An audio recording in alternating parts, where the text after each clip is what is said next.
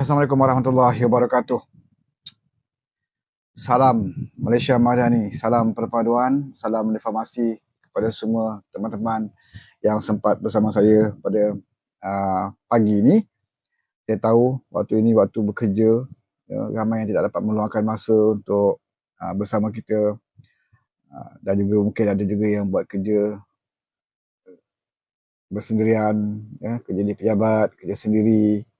Ada juga yang boleh bangun tidur, ngantuklah kawan, layan malam-malam.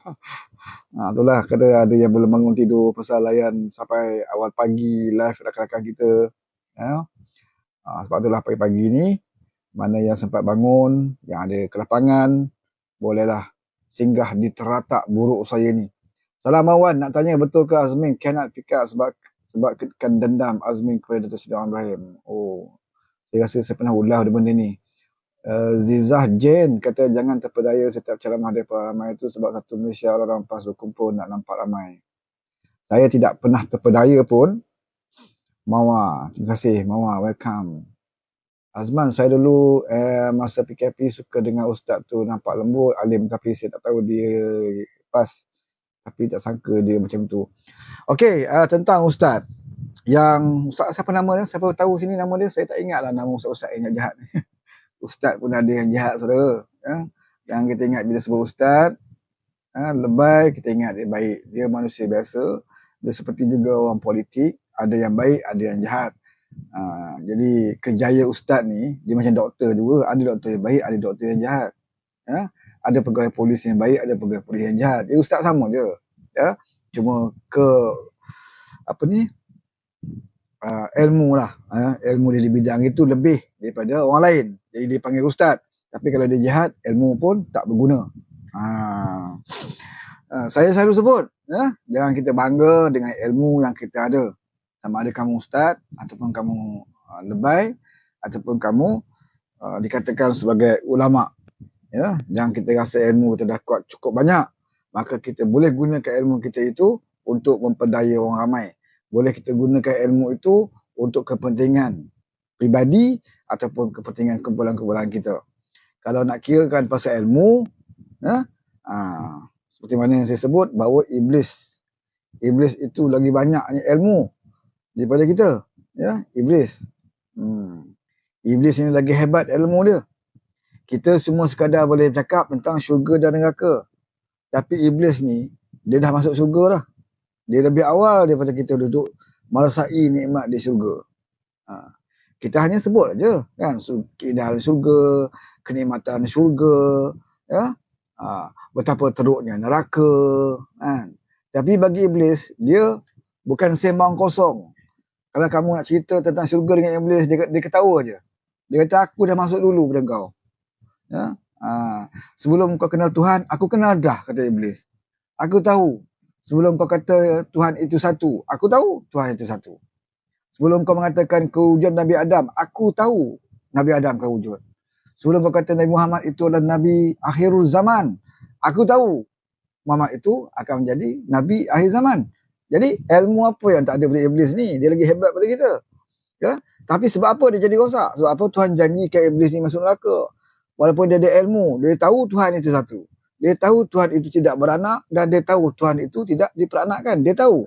Tetapi sebab keegoan dia, kesombongan dia, jadi ilmu yang banyak pada Iblis tidak memberi apa-apa makna. Jadi sebab tu saya katakan, lebay-lebay ustaz-ustaz, kalau banyak ilmu sekadar itu, kan, ilmu yang kamu ada, kamu jauh daripada ilmu yang Iblis ada.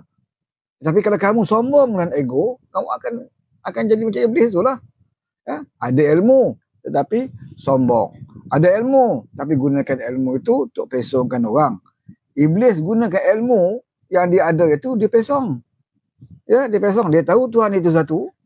Dia tahu Tuhan itu tidak beranak dan diperanakkan, tetapi dia gunakan ilmu yang dia ada itu untuk mengelirukan manusia. Dia akan bisik kat kita, mana mungkin Tuhan tidak ada ibu dan ayah. Macam mana Tuhan ada? Mesti ada permulaan. Dia akan bisik kat kita macam tu.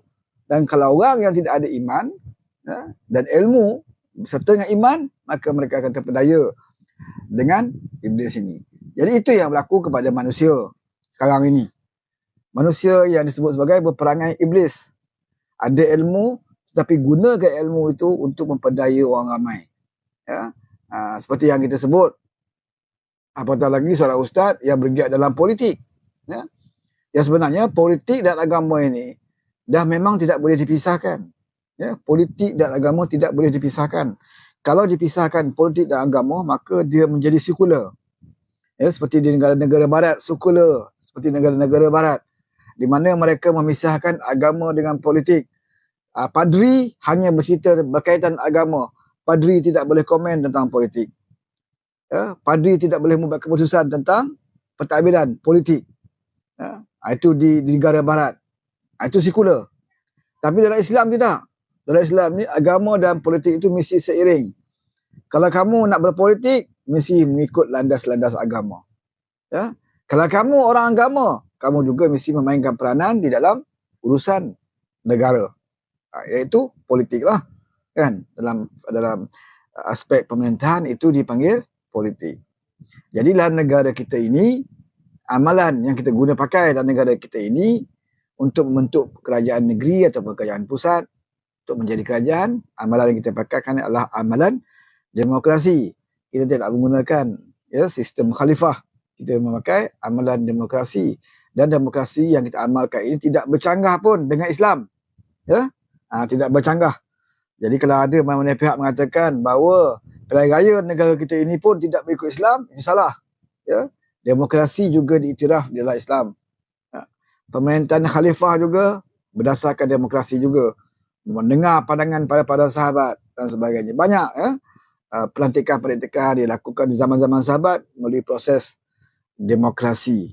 Tetapi demokrasi mereka adalah berdasarkan kepada Islam. Jadi negara kita ini demokrasi. Selagi dia tidak bercanggah dengan Islam, maka harus diguna pakai. Bagaimana orang yang mendapat kuasa tanpa melalui proses demokrasi?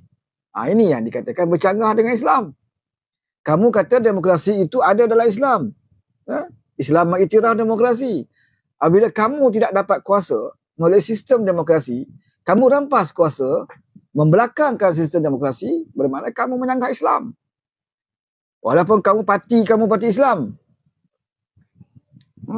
Walaupun kamu mengaku kamu parti Islam, kamu pejuang Islam, tetapi tindakan kamu yang bertentangan dengan amalan demokrasi, yang kamu katakan demokrasi itu juga sebahagian daripada Islam, maka kamu juga adalah parti yang telah melanggar peraturan yang ditetapkan di dalam Islam itu sendiri. Ya? Jangan kamu iktiraf demokrasi apabila kamu mendapat kuasa. Bila kamu dapat kuasa, kamu kata, oh demokrasi diiktiraf dalam Islam. Tapi bila kamu tak ada kuasa dan kamu nak rampas kuasa orang lain, kamu membelakangkan demokrasi. Tak betul. Ya? Itu bukan keadilan. Tidak adil. Ya? Bila orang lain, kamu suruh ikut demokrasi. Bila kamu nak kuasa, kamu membelakangkan demokrasi. Sebab itu kerajaan yang ada pada hari ini di Kedah contoh adalah satu kerajaan yang tidak demokratik lah. Ya, menteri besar yang dilantik bukan dipilih oleh rakyat. Dia hasil daripada langkah Sheraton. Kena ingat, Sanusi tidak boleh berbangga. Dia menteri besar yang dipilih oleh rakyat. Dia tidak boleh bangga, saudara. Dia jadi menteri besar, nasib dia jadi menteri besar sebab berlakunya pengkhianatan. Langkah Sheraton. Jadi sebab itu dia jadi menteri besar. Hasil daripada pengkhianatan, lompat-melompat, pelacur-pelacur politik. Dia mendirikan kerajaan hasil daripada pelacur-pelacur politik. Ini kita kena ingat. Jangan bangga sangat Sanusi. Ya? Jangan kamu mendabik dada. Negeri yang naik atas demokrasi pun tak sombong seperti kamu. Ya, Selangor naik melalui demokrasi. Pulau Pinang naik melalui demokrasi. Negeri Sembilan naik melalui demokrasi. Kelantan pun naik melalui demokrasi walaupun PAS perintah. Terengganu pun naik melalui sistem demokrasi walaupun PAS perintah. Ya? Sama juga dengan Perlis. Perlis pun tak. Kan? Sama juga. Kamu jadi Menteri Besar Kedah bukan kerana kamu mendapat majoriti kemenangan dalam penaya DUN. PRN akan datang ni boleh. Kalau kamu nak tahu kamu mendapat mandat atau tidak, PRN kali ini lah. Kalau kamu menang, itu memang hak kamu lah. Kamu mendapat mandat sebagai Menteri Besar. sekarang ini tidak boleh menabik dada. Jangan sombong sangat. Tinggal kamu je seorang sekarang ni, Menteri Besar yang sombong. Yang lain tak ada lah. Sebab tu yang lain tidak ada masalah. Tidak ada masalah hubungan dengan kerajaan pusat walaupun berbeza politik. Perlis, Terengganu, Terengganu pun dah nampak insaf. Kelantan tu nasib baiklah Mak Yaakob Menteri Besar. Kalau Nek Amar saya rasa sama macam Kedah jugalah. Nek Amar pun boleh tahan juga mulut dia, serupa dia.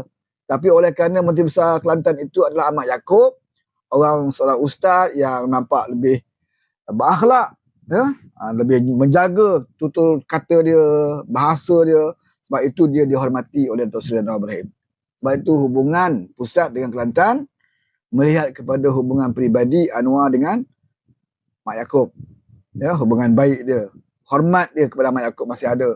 Sebab itu tidak ada masalah. Kalau pandang kepada Nek Amar, saya percaya Anwar tidak akan melayan Kelantan seperti mana dilayan sekarang. Jadi sebab itu Kedah salah satunya negeri yang satu-satunya masih lagi seperti Keresombang.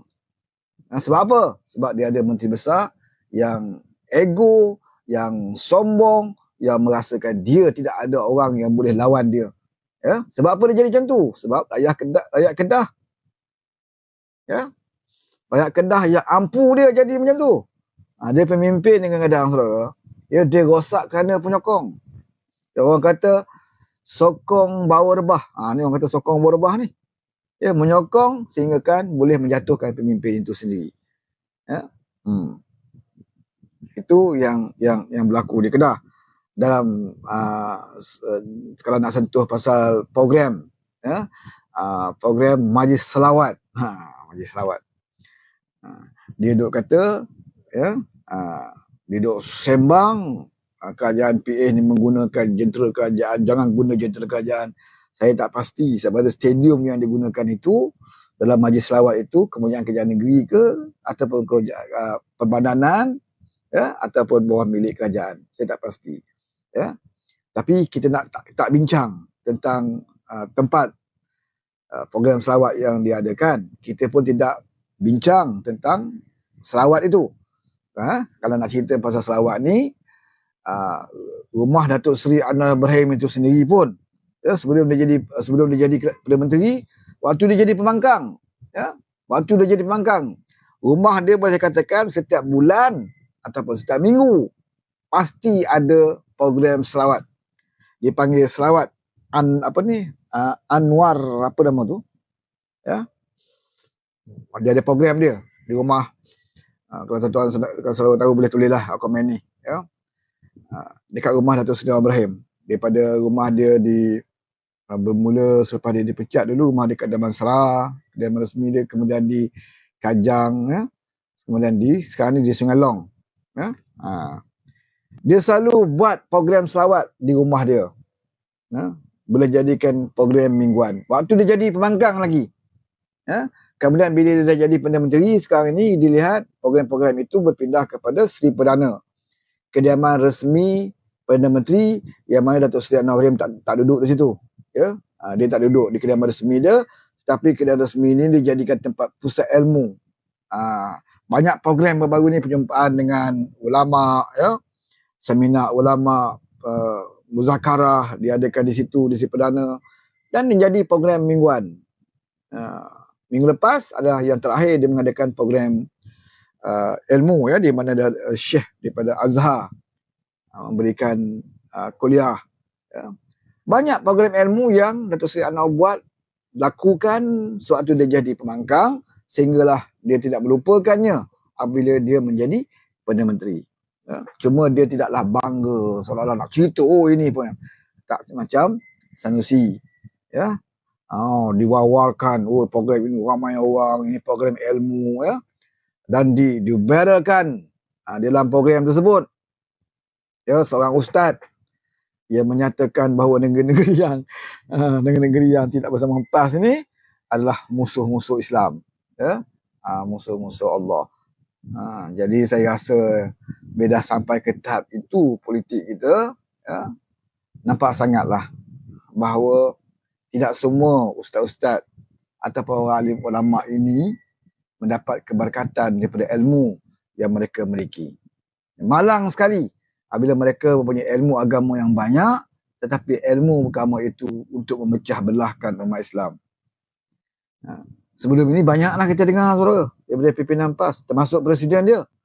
Ya, selalu kita ulang ucapan-ucapan presiden dia yang menjurus ke arah perpecahan. Banyak sekali. Kalau kita nak cerita yang dulu-dulu ni banyak sangat. Ya. Orang kata kenapa nak cerita ke belakang-ke belakang, kita nak ke depan. Yang ke depan ni pun ada. Yang ke depan ni pun ada. Ucapan-ucapan dia yang menjurus ke arah perpecahan umat Islam. Ucapan seperti mana? Kita tidak bersama dengan PH kerana PH ada orang mengamalkan LGBT, dalam PH ada komunis, dalam PH ni ada.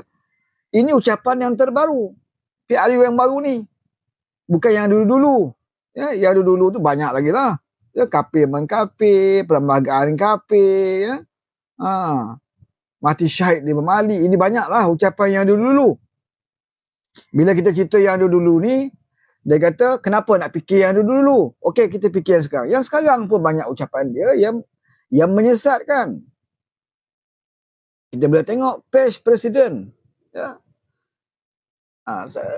Saya tempat nak buka ni. Kalau saya nak baca dengan saudara, ya, page presiden. PAS ni. Saya sebenarnya kena block dekat page dia. Dulu saya boleh buka page minda presiden tu. Ya, dia panggil minda presiden. Kan ada page dia. Saya cuba sekali lagi ya. Saya kena block. Sebab bila dia buat satu benda mengarut dalam page tu, saya komen. Ya, saya komen kat situ. Bukan saya maki hamun pun. Saya komen je. Tiba-tiba admin dia block. Susah juga.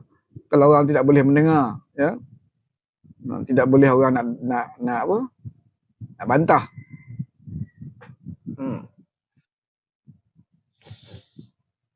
Saya tak boleh buka page dia. Memang saya kena block ni. Dulu saya boleh masuk. Banyak page pemimpin PAS yang saya tidak boleh masuk. Jadi saya banyak merujuk kepada apa yang diorang, yang rakan-rakan kita yang lain buka dan diorang screenshot lah. Ya.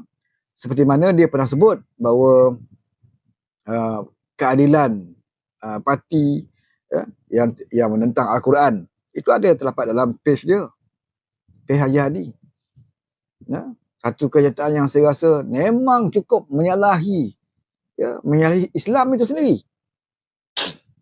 Bila kamu melabelkan sesuatu kumpulan yang tidak selera dengan kamu sebagai menentang Al-Quran. Sedangkan kamu tidak boleh membawa hujah dia. Kalau kamu boleh bawa hujah dia, okey. Ya, kita nak tahu juga hujah dia. Apa hujah dia yang mengatakan PKR ini parti yang menentang Al-Quran. Bawalah hujah. Apa hujah dia? Sama ada dari segi perlembagaan parti PKR itu sendiri, ya, parti keadilan itu sendiri, yang dilihat tidak bertepatan dengan Al-Quran, bawa hujah. Tapi saudara pun tahu bahawa memang style Haji Hadi ni, kalau dia bercakap, dia tidak akan bawa fakta. Kalau dia buat tuduhan, dia tidak akan buat tuduhan yang spesifik. Dia tidak tepat. Dia tidak ada tujukan ke mana-mana dan secara umum. Supaya fitnah yang dia buat itu berlegar di kalangan umat Islam, berlegar di kalangan umat Melayu, dan kita buat tafsiran kita sendiri. Ini jahat. Ya? Sebab kamu membiarkan manusia membuat keputusan dia sendiri atas ucapan kamu.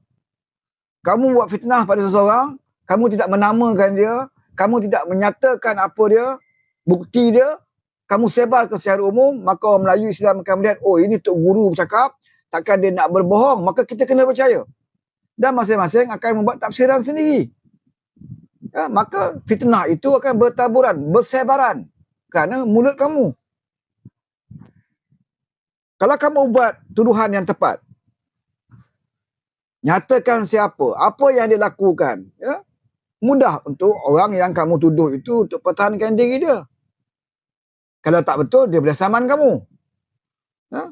Tapi perangai Haji Hadi ni, apa saja tuduhan yang dibuat kepada orang lain, dia tidak akan sebut. Saudara bacalah dalam Facebook dia, dia tak akan sebut, dia cara umum. Pikat melawan Al-Quran. Ya, macam tu. Dalam PH ada fahaman LGBT. Dalam PH ada komunis. Dalam PH ada yang anti-Islam. Macam tu je, tuduhan dia buat. Itu style Haji Hadi berpolitik. Kalau kamu bukan seorang ahli politik pun, nak pandang kamu dari segi apa? Kalau dari segi seorang ulama, bukan itu cara ulama. Ulama yang sebenar, sebelum dia membuat tuduhan, dia letak benda baik dulu. Dia kena bersangka baik. Letak dulu husnuzon. Kena bersangka baik dulu. Ya, kemudian bila datang bukti, datang dalil, ya, barulah kamu boleh berkata, oh ini tak betul. Apabila didatangkan satu bukti, ya, yang jelas, ya, kepada kamu, baru boleh kamu kata, oh ini salah. Selagi dia tidak didatangkan dengan satu bukti yang melanggar, ya, syariat, melanggar Islam, melanggar hukum Islam, maka kamu kena bersangka baik dulu. Bersangka baik. Ini cara ulama berfikir. Bukan cara walaon melawan di bawah ni. Takkan kamu letak kamu sebagai presiden parti, ya, seorang yang dikatakan orang ulama kononnya, takkan kamu letak, ya, kepala otak kamu sama dengan cyber trooper. Main sebut je. Ini yang merosakkan parti PAS. Apabila pemimpin dia menyatakan sesuatu, ya, tanpa meletakkan apa-apa hujah. Ya. Kadang-kadang bila dia buat tuduhan pun, kalau dia buat tuduhan yang tepat, contohnya dia pernah sebut Anwar Ibrahim. Tu dia berani sikit lah, dia sebut nama. Ya? Anwar Ibrahim. Tetapi dia kata apa? Dia kata Anwar itu Freemason. Tengok. Bila dia buat tuduhan tepat, confirm salah.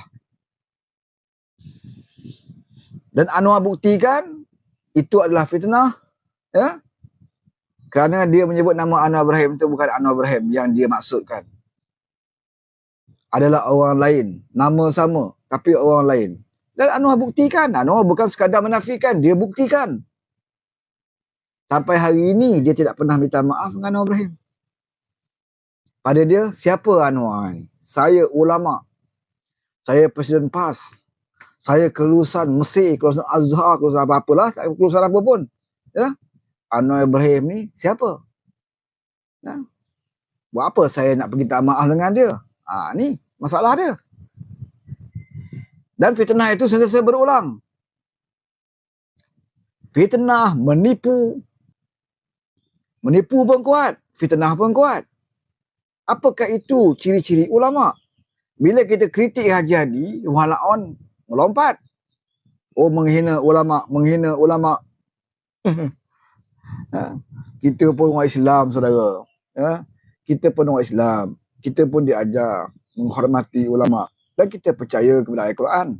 Ya? Ulama itu pewaris Nabi. Ya? Sebab dia membawa ajaran-ajaran Nabi. Kita hidup di zaman Nabi dah tak ada. Ya, ilmu yang kita dapat daripada siapa? Daripada tok-tok guru, ulama-ulama. Sebab itu kita dapat ilmu agama.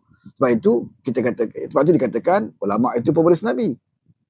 Tetapi kalau ilmu jahat yang kita dapat daripada mereka, mereka itu bukan pewaris Nabi.